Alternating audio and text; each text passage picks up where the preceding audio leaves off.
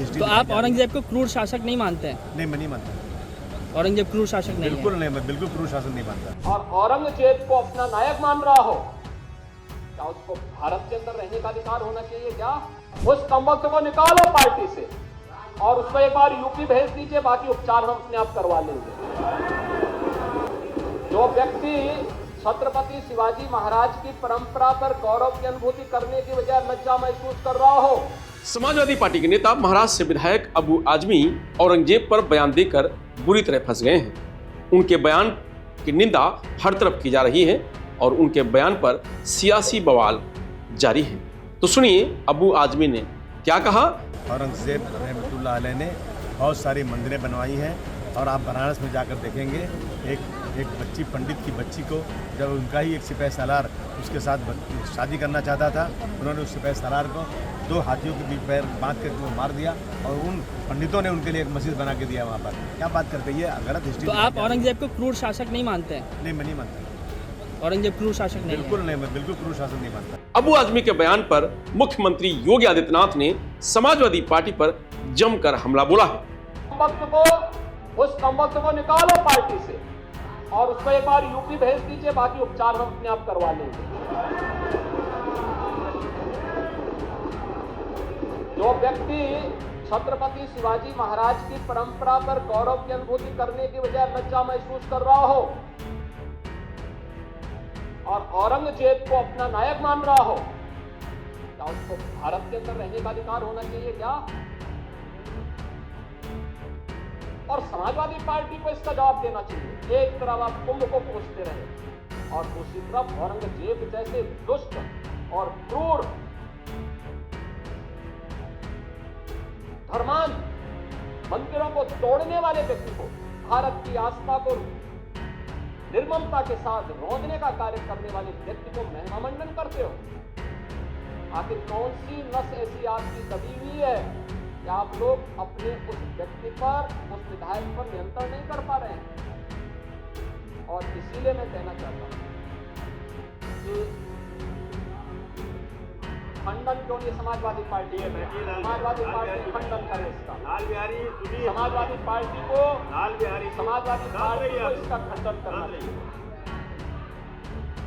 Samajwadi party को इसका खंडन करना चाहिए और समाजवादी पार्टी को इसको बाहर निकाल देना चाहिए। सपा नेता अबू आजमी औरंगजेब के बयान पर यूं टर्न लेते हुए क्या कहा, ये भी सुन लीजिए।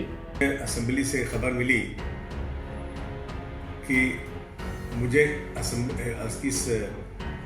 बजट सेशन, पूरे सेशन के लिए सस्पेंड कर दिया गया। मेरी तबीयत ख़राब है, जुकाम मुझे हुआ, मैं असेंबली गया नहीं था। 2 दिनों से मेरे खिलाफ बहुत आंदोलन चल रहा है। मुझे तज्जुब है कि मैंने असेंबली के अंदर कोई ऐसी बात नहीं किया। मैंने बाहर कुछ प्रेस वालों के किसी सवाल के जवाब में वो बातें बोल दी जो इतिहासकारों ने, हिस्टोरियन ने जो लिखी हैं बातें, जो रोज़ाना कॉलेजेस में, स्कूलों में, बड़ी मीटिंगों में जा कर के वो हिस्टोरियन लोग बच्चों को बताते हैं, वही बातें मैंने बोल दी।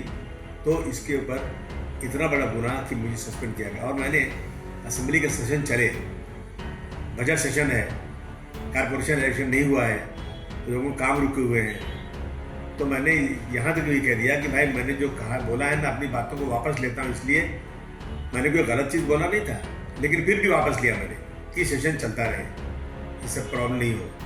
मैं अब जो है मैं पूछना चाहता हूँ महाराष्ट्र सरकार से कि क्या दोहरा कानून चलेगा यहाँ पर? प्रशांत कोलरकर साहब ने और राहुल शोरापुरकर साहब ने छत्रपति शिवाजी महाराज को कैसे अपमानित किया है, कि कैसे कैसे अल्फाज बोले हैं। मैं अपने मुँह से वो चीज़ें, अपने उन महापुरुषों के बारे में इनके कही हुई बातों को दोहराना भी अपने की शर्मिंदगी महसूस करता हूँ, लेकिन उस पर उनको जेल नहीं, उनको कुछ नहीं हुआ। अब मैंने एक चीज़ बोला जो इतिहासकारों ने बोला था, उसके ऊपर इतना बड़ा एक्शन। देखिए, अबू आसिम का मतलब कि मेरे पीछे 5 लाख जनता है और इस जनता के कामों को लेकर असेंबली में मुझे बात करना, डेवलपमेंट की बात करना, फंड की बात करना, ये सब रह गया। आपकी बार आपने रोक दिया इसको। मैं समझता हूँ कि ये सस्पेंशन जो हुआ है ना, इस पर दोबारा गौर करना चाहिए। कहीं ना कहीं इसमें ज्यादती हो रही है मेरे साथ, गलत कानून के मुताबिक नहीं, अपनी मनमानी हो रहा है। ये मैं ज़रूर वकीलों से बात करूंगा, कोर्ट में जाऊंगा, पहले अपने स्पीकर साहब के पास जाऊंगा कि आप न्याय कीजिए। मुझे अफसोस है इस बात का कि किसी इतिहासकार की कही हुई बात के ऊपर निलंबन कर दिया गया और कुछ लोग खुलेआम उन महापुरुषों के बारे में कैसी कैसी बातें कर रहे हैं। न उनकी किताब को बैन किया गया है, न उन पर कोई केस किया गया है। क्या है ये?